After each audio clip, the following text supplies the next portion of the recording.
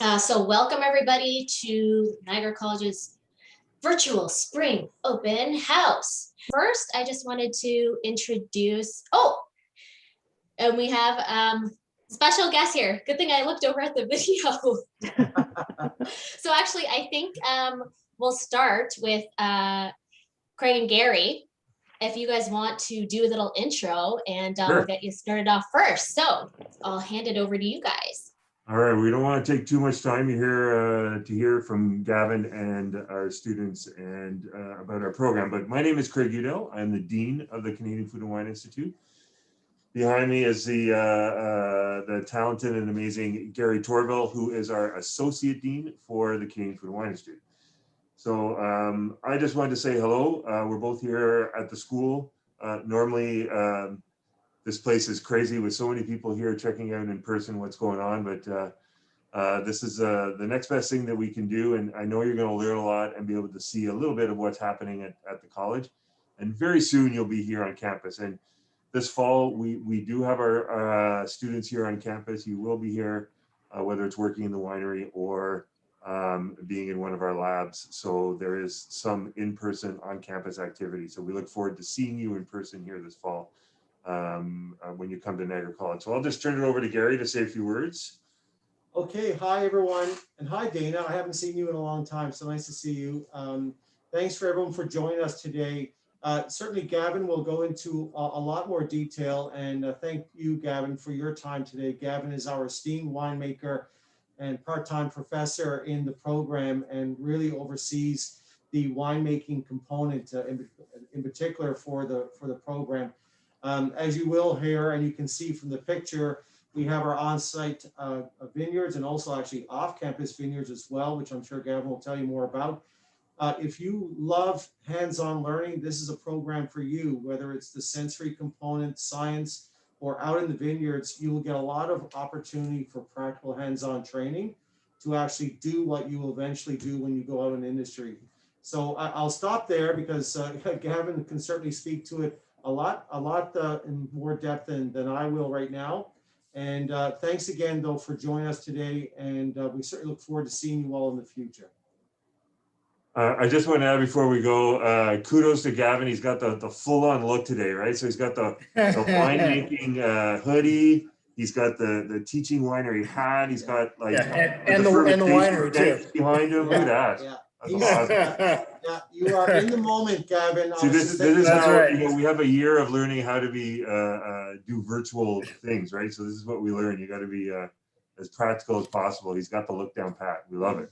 Well, there's a good reason I'm in the winery. It has something to do with 3 kids under 4 at home. Would not be a successful session otherwise.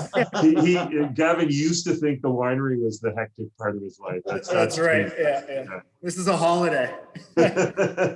Thanks, everybody. All right, take care, everybody. There. So very brief introduction. As Gary and Craig sort of said, I do teach into the program, but my larger role is actually running the facilities that support the program, the Winery and Viticulture program, as well as to some extent some of the culinary and other beverage science programs that we offer here at the college. And we do that in a really interesting way because we actually have commercial facilities. So we have a vineyard on campus, and we have a winery on campus and a retail store, and we grow grapes, we make wine, and we sell it. We're not here to make a lot of money. We're in fact a not-for-profit.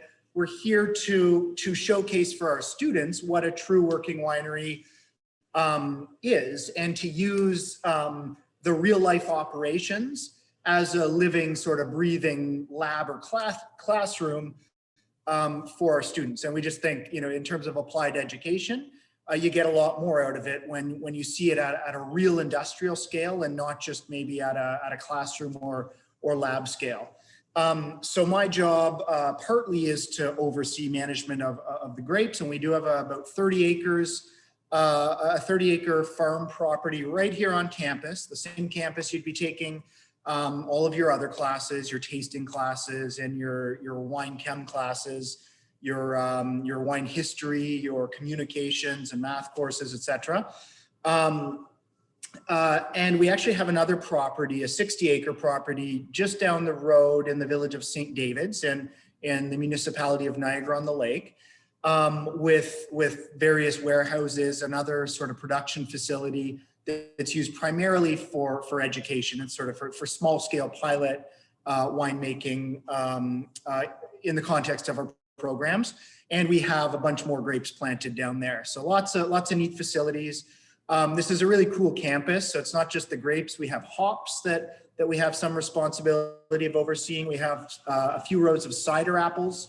We have bees, both on this campus and on our secondary property that's used in our apiculture programs. And we have gardens and greenhouses, which all are used in our culinary programs. So it's really kind of holistic, the food and wine and beer, distilled spirits. We kind of, between the different programs, between the different departments, we try to play nicely and work together, which is great sort of value add as a student being on this campus. And, you know, while we're in complicated times, we've actually done a really good job starting sort of last September at still maintaining safe labs for our students. So while we've focused on delivering a lot of our lecture online, we still absolutely have students working in the winery, working in the vineyard every week of the program. So we're really proud that we've been able to pull that off in a safe way. For myself, apart from sort of this current job, I'm a graduate of this program, the Winery and Viticulture Technician Program. Started the program in 2009 and was a 2011 graduate. I've worked in various vineyards and cellars in Ontario and also in Australia, New Zealand. And more recently, I was lucky enough to do a couple months of travel-based research, looking into different viticulture education models. And I spent a lot of time in France and Italy, Germany, Spain, even Sweden and Denmark. And you wouldn't think it, but they're actually growing grapes and making wine in Scandinavia, South Africa, California. So lots of travel, lots of winemaking, lots of wine sort of studies, and just enjoying the life. And you know, I remained here as a graduate because on the one hand, I like wine, I like growing grapes, I like making wine, and I also like the education piece. You know, it's an exciting environment to make wine in because we always have curious students hanging around the winery asking questions, and it makes me better as a winemaker and as a grape grower, and makes it more interesting. And my email contact is just at the bottom of this slide. Feel free to reach out with specific questions anytime. So I think we can flip ahead, Dana. So I know it sounds like a couple of you at least have applied and been accepted, which is really wonderful. A couple of international students, and it is an international program. The wine industry is a global industry. It's important, I think, for domestic Canadian students to travel and get experience in regions other than Niagara. Caitlin, of course, is an international student from south of the border, and she's traveled lots, I know, in her own life, and also with wine. And that's a really key element of just being an industry professional, I think, because you learn a lot by changing your context, changing the types of grapes you work with, the climate, the growing conditions in different wine regions. So that's really great. And we like to think at Niagara College as a whole that we're quite outward looking and you know, aware of what's going on in our programs of study in other parts of the world. And in education in other parts of the world. And of course, we're extremely welcoming of international students, and it's an extremely cosmopolitan campus, which is really wonderful. The department, the wine sort of studies department specifically, is run out of the Canadian Food and Wine Institute, which encompasses not just wine, but also brew for beer, distillation, and lots and lots of different programs in the culinary sector. So baking and you know, chef studies at large, and there's all kinds of different programs there. The commercial enterprise side is the Niagara College Teaching Winery. So that's the fully functioning winery and vineyard that I sort of referred to, and I kind of work on both sides. This is incredibly unique. There is no such department in Canada. There is a wine studies undergraduate degree at Brock University here in the same sort of region in the city of St. Catharines in the region of Niagara. But they don't have a commercial winery. They're largely sort of a biochem degree. It's run out of the biology department. So they would have to fall back on partnerships with vineyards and wineries to get the students kind of practical experience. And Okanagan College out in British Columbia has a very small viticulture certificate. But we're the only accredited diploma and the only institution, certainly in Canada, with a fully functioning winery, commercial winery. You have to travel basically to California or to Washington State to find anything really similar. And there's actually only a few of these schools in the world, and I've been lucky enough to visit both of them. And I like to think we're doing a really high level sort of job at delivering practical education in the context of viticulture and winemaking. So, across the board, the Canadian Food and Wine Institute offers all these different programs, and I have linked to a couple videos, but I think I'll leave that to you to kind of search out in the recorded version of this session. I want to leave lots of time for discussion and questions, but if you spend some time surfing YouTube, there's lots of good Canadian Food and Wine Institute and Niagara College Teaching Winery videos that give you a bit of a snapshot of what's happening here at ground level, since we can't welcome you to campus for this open house in the current year. I think we can flip ahead, Dana. So just very briefly, if you've applied, you've probably done some of this research yourself. And at the end of this, of these slides, I've linked to just the key links for the Winery and Viticulture Technician Program. But at large, if you were to join us in fall of 2021, to give you a sense of what you'd be doing, you'd be on campus studying with us for the fall term. You'd have lots of introductory viticulture and winemaking stuff, a soil science course, which is really key to understanding sort of how plants grow at all, including the grapevine. In winter term, we almost double down on a lot of the wine science and venture into some of the more practical viticulture stuff. So for instance, there's a pruning and trellis maintenance, kind of a dormant seasons operations course that I teach in winter term. And in every term that you're on campus, there's a sensory course. So tasting, because you have to hone your palate to become sort of a wine industry professional. Spring and summer, you're still with us. So for 3 consecutive terms from September to August, summer we turn to the heavy duty grape growing stuff. There's a little bit of kind of winery management, vineyard management stuff as well. So addressing the business side to kind of round out your education. There's a little bit of sales and marketing and a little bit of kind of business planning. Because a lot of wineries are small businesses, and even if you become a cellar person or a winemaker or a grape grower, so often you're responsible for managing the budget and collaborating with ownership on costing out the next year and managing your capital and ongoing costs.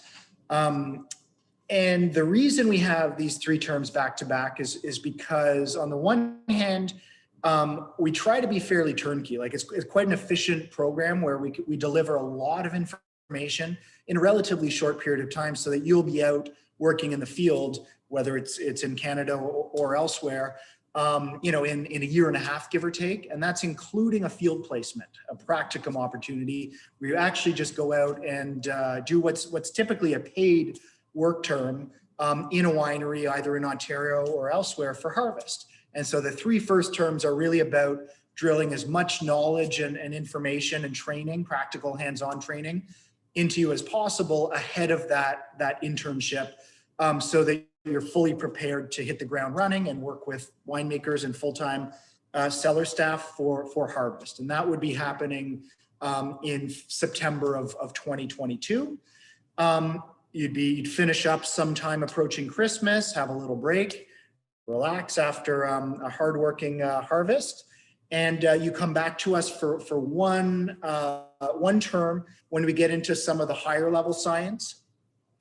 Typically, our students have lots of questions, lots of opinions also on winemaking, what it should be, what they want to do. They're more curious certainly than a year before when they enter the program, because they've done it and they've seen a lot, they've learned a lot, and they want to know more. So typically the classroom becomes even more dynamic in that fifth term. There's some higher level kind of sensory science, which is really key for winemaking. And by spring of 2022, you're on your way. You're out in the industry, and what's actually a very healthy industry, both in Ontario and in Canada right now. I always have a lineup of winemakers and vineyard managers in summer looking for good quality graduates to fill roles. And you get to take sort of all the information, all the knowledge you've gained in those 5 terms, and develop it and hone it and put your own personal stamp on it. And we really have grads everywhere. You go to just about any cellar in Niagara and there's likely a Niagara College grad. Same goes for Nova Scotia. More and more that's true of British Columbia, another one of our larger wine regions, which is just desperate actually for skilled labor. They simply can't supply enough cellar hands and vineyard workers, vineyard managers, assistant winemakers, et cetera, from within the province. So, and then, in my travels, I've been in Hobart, Tasmania, and run into a graduate who's making road just down the line, just down the road. I've been in Central Otago, New Zealand, and run into 2 graduates. So, our grads travel, and it's a really fabulous network. I think next slide, Dana. So, what is it we're offering? It's all about, balancing high level theory, and there's a great deal of science. So there is chemistry, microbiology, biochemistry, plant sciences, vine biology, soils, as I said. But anything we do in the classroom, we're trying to support as much as possible by kind of a hands-on practical experience. So, we don't just talk about pruning a grapevine, we get you out and we give you a 1/4 acre of Chardonnay and you're responsible for pruning it. And in fact, you're marked on it. Through the summer, same thing. You'll be assigned your own vineyard row. You'll be responsible for managing those grapes from bud break in spring all the way through basically to harvest in August. There's lots of sensory analysis, as I said. So some of what Caitlin was talking about off the top. So you learn about the wines of Europe, the classic regions of France and Italy, Germany, Spain, Portugal, and the newer world, although some of the new world wine regions like South Africa or Chile, Argentina have actually been making wine for hundreds of years. Canada is a relative baby compared to that. But you'll learn about, the wines of California and Australia, New Zealand, Argentina, Oregon, lots of famous regions outside of the old world of Europe. And as I said, we try to layer in some kind of commerce, retail, little bit on export and marketing to give you context. And because inevitably, as a production staff member in a winemaking operation, you're collaborating. If you're a winemaker, you need to collaborate closely, not just with the grape grower, the viticulturalist, but also with marketing and accounting and retail, the front of house. So it's key that we sort of round you out and offer a little bit of those supplementary skills in our 5 terms. And then, as I said, you have sort of an intensive 2 to 3 month harvest placement, which the college supports you in finding.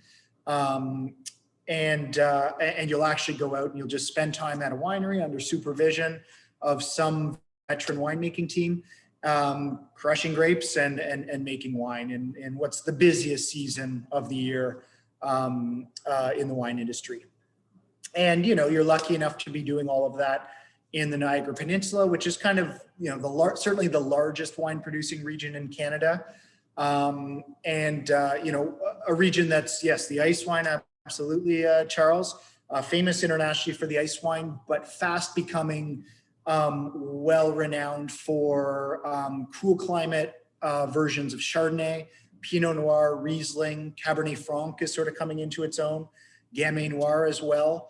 And even sometimes, especially in the riper vintages, Bordeaux blends, Syrah, lots of sparkling wine being made these days, lots of really good quality rosé wines being made, as well as kind of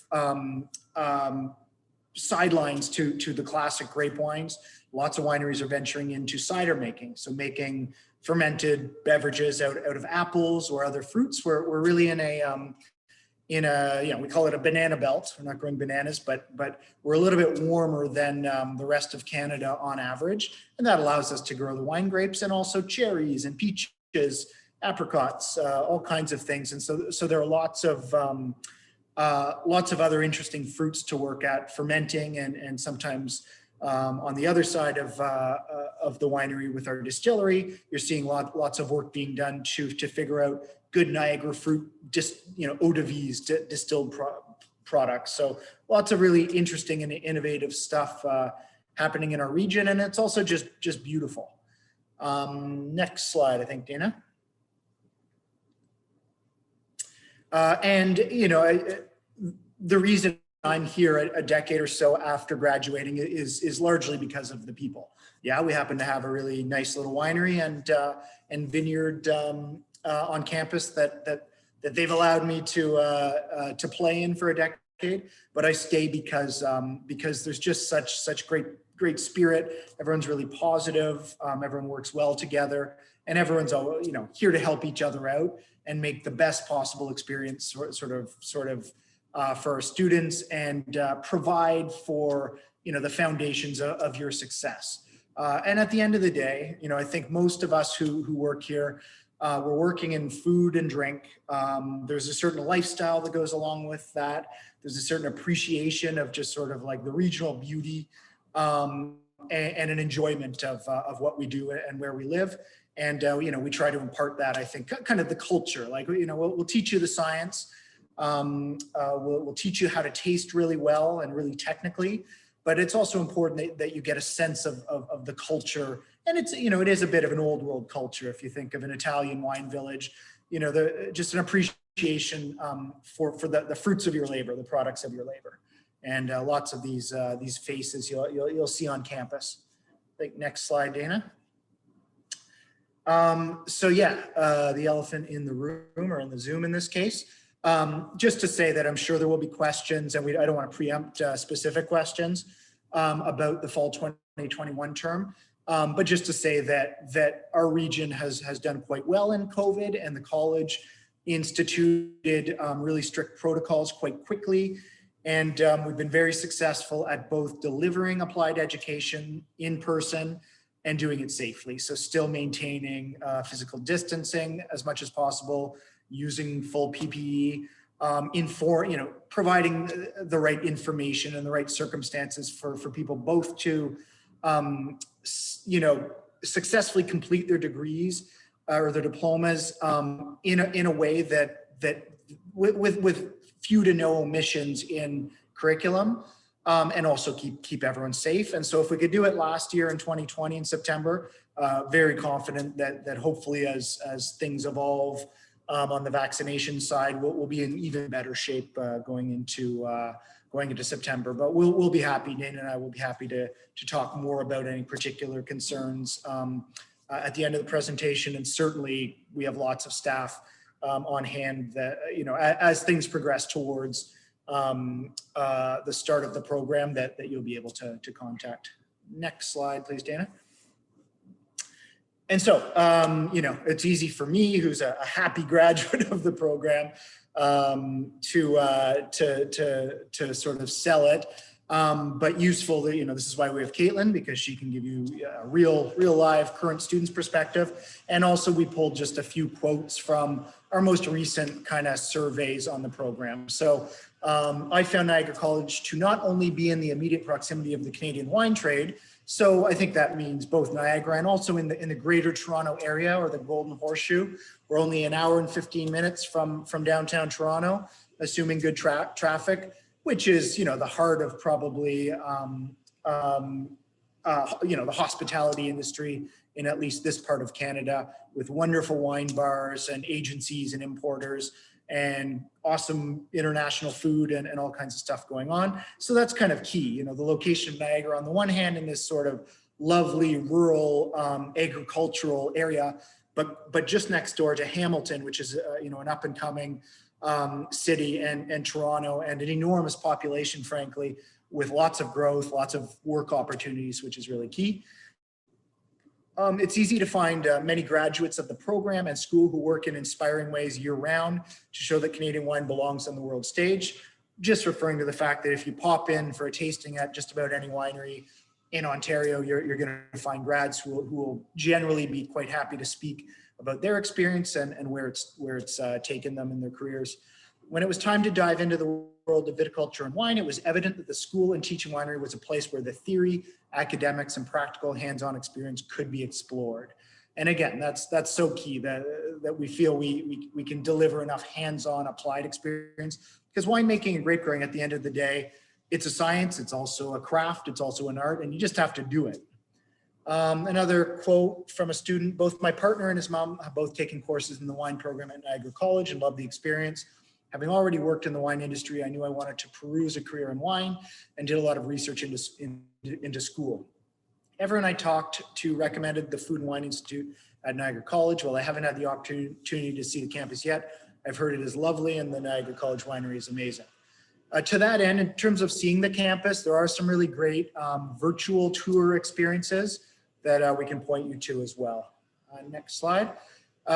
In terms of what do you like best about Niagara College, the family-like atmosphere has been very welcoming. Even though we're in an unprecedented time, I feel that the college has provided the necessary support and tools to provide students with a learning experience as close to in class as possible. Personally, I feel as though the college is looking for all its students to succeed and ensure that the necessary support functions are in place to aid with this focus. It's been a much more welcoming experience than some of the other programs and courses I've taken in the past. And that's the kind of thing that makes us proud and happy. We're working hard through these difficult times to still give current students, the most authentic educational, experience that we can. This one is tough to answer given the pandemic circumstances. Absolutely a year like no other. However, I love how down to earth and engaging all the professors are. Having the opportunity to chat with them and nerd out about the different wines to try and wineries to visit is really enjoyable. Also, the classmates I've gotten to know are very kind and supportive. So I'd say it is the community element that is my favorite thus far. And I would say, as a professor, we do attract, students with a real appreciation for what they do. And everybody gets along. That's a wonderful thing. The group dynamics. It's a small class, and you'll be spending lots of time with these people and learning with each other for that year and a half. And typically, you'll know these people for the rest of your life. How are you supported at Niagara College? Online education can be quite challenging, and my major concern while signing up was that there would be a huge time difference. But luckily, all of our professors in NC are super supportive, and I've never faced any issue studying, managing any deadlines, or giving my tests.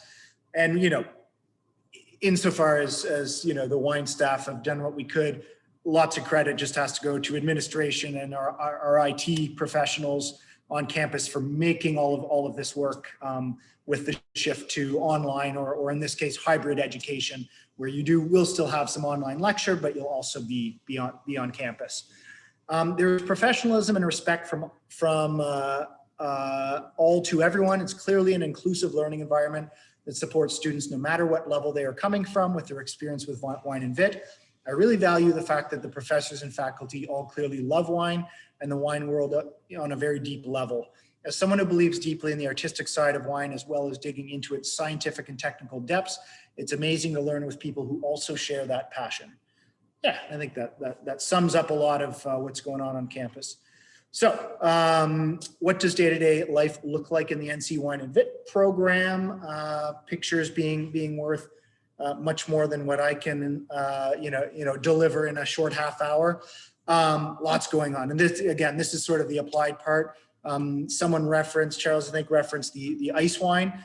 You spend, in your first winter here with us, you will do an ice wine harvest. And Caitlin can attest to the fact that we did not miss our student ice wine harvest even in this COVID year. Luckily, it's an outdoor activity. It's easy to space students out in the vineyard with masks. We were quite safe to pick grapes and press grapes. And the second years fermented that grape juice.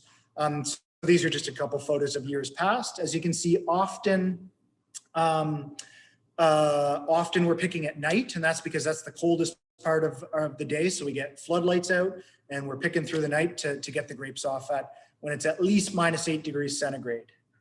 However, we like to emphasize that Canada, and particularly Niagara, isn't just snow and ice and cold. In fact, most of the year it's not. And most of the wines we make actually aren't ice wines. That's a small, it's an important part of our industry because it's kind of a high value luxury wine with good export potential. But most of the wines we make are actually still table and sparkling wines of very high quality.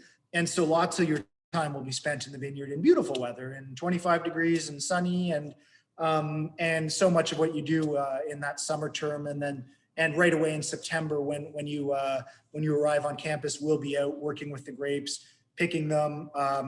Activities like this, which is like an old school foot stomp. So this is sort of like a lesson in ancient winemaking where you just go out and pick whatever's out there and literally foot stomp juice, throw it in some sort of container and let it ferment with with whatever wild yeast happened to be hanging around on those grapes, and lots of fun. I think you can flick ahead, Dana. And then, you get into the more technical stuff. In the background, there's some stainless steel equipment and a forklift in our big one ton grape bins. So that's the commercial scale that you'll see of actual kind of grape processing. So this is just a normal afternoon on the crush pad. Grapes have been picked in the morning and now we're processing them. I think you can flick ahead. Different technologies. So we have very modern, like pneumatic presses, air compressed sort of driven bladder presses. And we have old school like basket presses like you see still in smaller operations in Champagne or in parts of Italy. And we'll introduce you to all of the different equipment there. Go ahead. And we'll introduce you to the winery dog, Tico. So he's my Chilean street dog who came home from a wine trip to Chile. And he spends most of harvest trying to eat wasps on the crush pad, protecting the grapes. You can flick ahead there. In the cellar, so even in COVID again, where we find safe ways to space out students and make sure that that our hands-on projects are completed. So we spend time in the barrel cellar. Andrea here from Mexico, this is just a month ago. She's punching down a red wine ferment from one of her own little student projects. And you can see these small little fermenters that hold about 100 kilos of grapes. But they're designed to basically replicate the modern technology that you'll see in any large winemaking fermenter in the world. So we're really trying to approximate real life commercial circumstances. You can flick ahead. So everything from the crush, from harvest through to bottling, you'll be responsible for. You can see some of our students cleaning barrels after they've been emptied, and other of our students capping bottles of sparkling wine after what's known as tirage. You can flick ahead. Yeah, just a student doing one of the everyday chores, connecting hoses to tanks. You can flick ahead, and that's student's Robbie. He worked for me as a co-op student, and now he's an assistant winemaker just at a winery down the road called I Cellars. They're doing some really great kind of big-bodied reds. Jia Li from 2 or 3 years ago as well, cleaning a tank. A lot of winemaking is cleaning. So in your first few years, especially, and still to this day, I spend a good chunk of especially harvest cleaning in our, and you can see in the background, the same building that I'm in right now. So this is our tank room in the teaching winery. Flick ahead.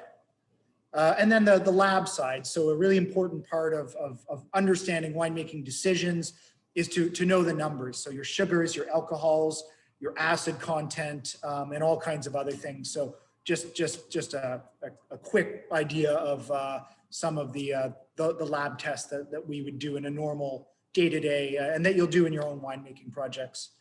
Flick ahead. And again, all the way through to packaging. So this in the background on the right is a bottling line that rolls up to the winery, and we plug our wine in, and our students jump up and they help us bottle, and we stack cases, and then we have product that's available for sale right here on campus in our retail store. You can flick ahead. And we have lots of our students who end up working in our beautiful retail store. We're sort of nestled right at the base of the Niagara Escarpment. It's like a beautiful sort of tree-lined hill with the vineyard, and then our tasting room, which is our public face. So we're able to welcome guests. And if you're in the region, I encourage you, you can't walk into the main buildings, but you can absolutely come in for a guided tasting currently right now. And it's a way, and all of our students, anyone working there will likely have come through one of the wine programs, and you can get lots of good insider information from them as well. And we don't just sell wine, we sell spirits and cider and beer, all from the same building. You can flick ahead. And just some of you have obviously found these, but if you want like very specifically, the top link is the Winery Viticulture Technician program, where you can look at the courses, etc., and like the schedule and see a few more testimonials. If you want to check out the commercial winery website, that's the second one, ncteachingwinery.ca. And if you just are looking for a bit of context on like Ontario grape growing, you can go to either VQA Ontario or Grape Growers of Ontario. Flick ahead. So yeah, cheers. In normal years, I would probably have something in the glass, and we'd all be toasting one another in one of our sensory labs. As it is a past class in the vineyard, we'll have to toast you virtually. And lots of these young and old folks, we have students of all ages, frankly, have gone off, and they're working all over the place in wineries and vineyards. So we'll be happy to take questions now about the program or anything else. And certainly, I'd encourage you to ask Caitlin about her experience on campus. Yeah, so if anyone wants to ask a question with audio, just press the little raise hand button, and then we'll unmute you. But you can also type in the chat or the Q&A box. I did see there's a question in the Q&A box. So I'll read it out loud, and we'll see who can answer this. Hello, may I ask, does a WSET LV2 certificate equal to take some electives in the course? And I would love to fully utilize my time before starting the September term. Sure. Are there any related courses I should search around locally before coming to Niagara? Thanks a lot.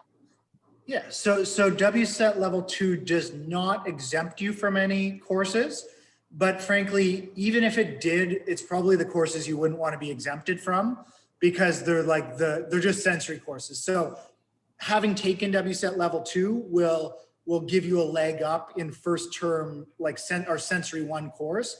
It's great background experience, but you wouldn't want to not show up and get the advantage of tasting those 6 wines every week. And it'll just reinforce, like you can't taste too much. Like I'm a decade in, I've done lots of blind tasting. I've taken lots of sommelier training, WSET, level 3 and the Canadian Association of Professional Sommeliers. I've tasted literally with winemakers all over the world, and I can always get better, right? It's kind of like hitting a baseball or something, or hitting a golf ball, or whatever your steady, like focused, concentrated athletic equivalent is. You just got to do it to be good at it. So no exemption, but the more tasting you can do, period, the more you can use that part of your brain that's being frustrated by looking for specific aromas to be memorizing the Italian wine villages that you need to memorize in that course as well. So in terms of background, stuff. I don't know about courses and online courses, but anything wine related is going to help. Certainly there are exemptions though that could be quite useful, because if you've taken a diploma or degree previously, if you've taken like an English, just as an example, an undergrad in English or history, you can absolutely use some of those credits and get out of like our ground level communications course, which is great because it's one course you don't have to worry about and you can focus on the wine specific courses. If you took like any kind of science degree, you can absolutely get out of our math or like math fundamentals, like whatever it's called, course, because it's just like a base level to make sure everyone's at the same like ground level before we start the wine science in a big way. And so that would just free you up to focus on the other courses, or to take more sensory courses in your own time or whatever. So, and then the big one is there are electives in multiple terms. If you already have a diploma or degree, you can almost certainly use those to get out of some of those electives, again, which by definition won't be wine courses, they'll be something else. And therefore that might be a useful thing if you're trying to maintain a part-time job or just focus on the wine studies part of the program. I was able to do that. So I was able to use my undergraduate degree and try to get out of those courses. So it is helpful if you've done that in the past. Yep. But yeah, the more tasting you can do before you start, the better. Whether it's on your own, whether it's at wine bars, whether it's in a more professional sort of setting or organized educational setting, just the more tasting you do, period. The more you go to the grocery store and like smell spices and fruits, the better. Yeah, we in Wines of the Old World, which is what you take in your second term, we're doing, we just finished Italy. Well, we are almost done with Italy. So we tasted like 12, 13 wines yesterday. We did all of France the past couple of weeks, and that's like 12 wines each. So, I mean, you're immersed in it. And so it's a lot of fun because it's, after you're behind the computer doing your lectures, it's a really nice way to get on campus and you get to see everybody and taste wine together. And it's a good way to, like Gavin said, just taste and experience that with everybody. So. Any other questions or follow-ups? Oh yeah, I've got Kayla with her hand up, so we're gonna give her the mic. Go for it, Kayla. Hello. Hi. Hi. Hello. So I am interested in joining the program for September 2022. So I'm just a keener and trying to stay ahead of things. Yep. But I have a question similar. Is there any other resources that we could be referencing before starting the program? Just for general education, any like books, textbooks, or I don't know, documentaries that would be really helpful, just to keep our brains still working before starting. Yeah, I'd say, Kayla, email me. I'll just put my email again in the chat. And the easiest thing is that, and I can, because it's a bit of an extensive question, and, and I'll get back to you. Sounds great.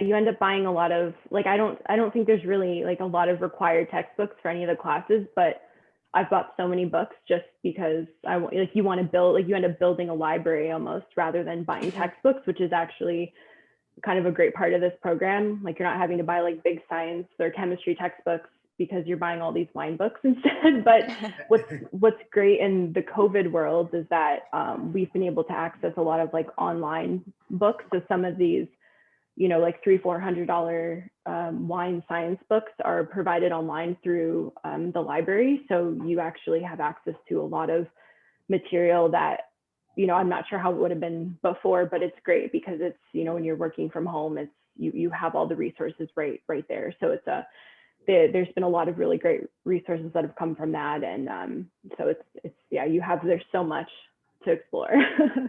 Awesome.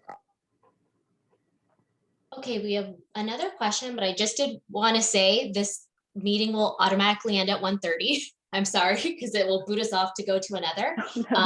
So sorry if that happens, but we have a question from Natalia. Hi, in terms of the job market, how would you compare the opportunities for a technician graduate to a bachelor in oenology?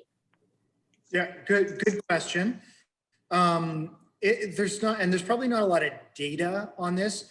The Brock, in particular, the one existing undergrad in enology at Brock, it's a very small program. So whereas we might graduate like 25 to 35 students a year, depending on the year, they're often like 5 or 6 students. More popular is their certificate program, which is a short 8-month program where it's someone with like an existing science degree, and they'll just like take a few wine courses and then try and go work. I would say you're always going to start in the exact same place, because no matter how much like biochem you know and understand, you still don't know how to make wine. Like it's such a trade. You just you just have to do it. So no matter what, the first 5 to 10 years are going to be the same.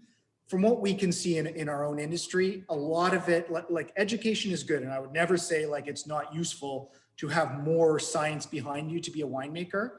But so much of it is personal aptitude and motivation. And like, you can't just sort of understand the biochemistry of like yeast metabolism and expect to make good wine. You also have to have a great palate. You have to understand the politics of grower relations, working with other shareholders, stakeholders in the industry. You have to understand equipment. You have to understand logistics and operations. And so much of that is like a bit of it's learned on the job, I think. So like, I would say both programs, or any professional enology program, will set you up for success potentially if you know how to use it, I guess.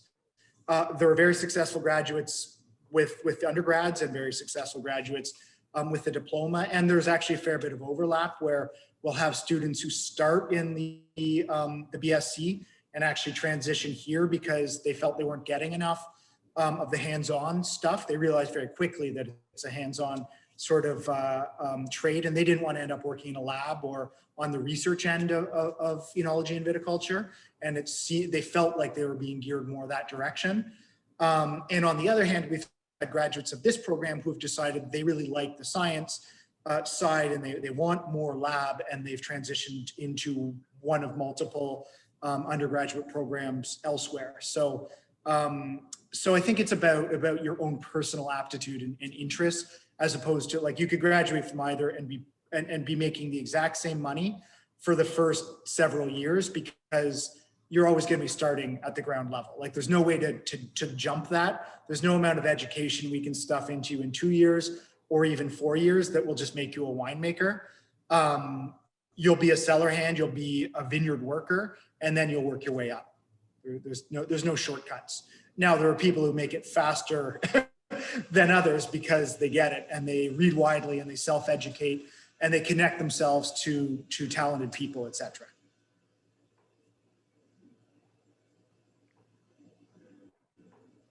Kind of sort of answer your question? I'm gonna say yes, because it came in through the chat, but Sure. okay, so, and Natalie said yes, 2 exclamation points, so right on. So we have a couple minutes left, but like I said, we're gonna get booted in 2 minutes, so I think we'll wrap up. Oh, Kayla, did you have a quick question? Yes, if you can Go for answer it quickly.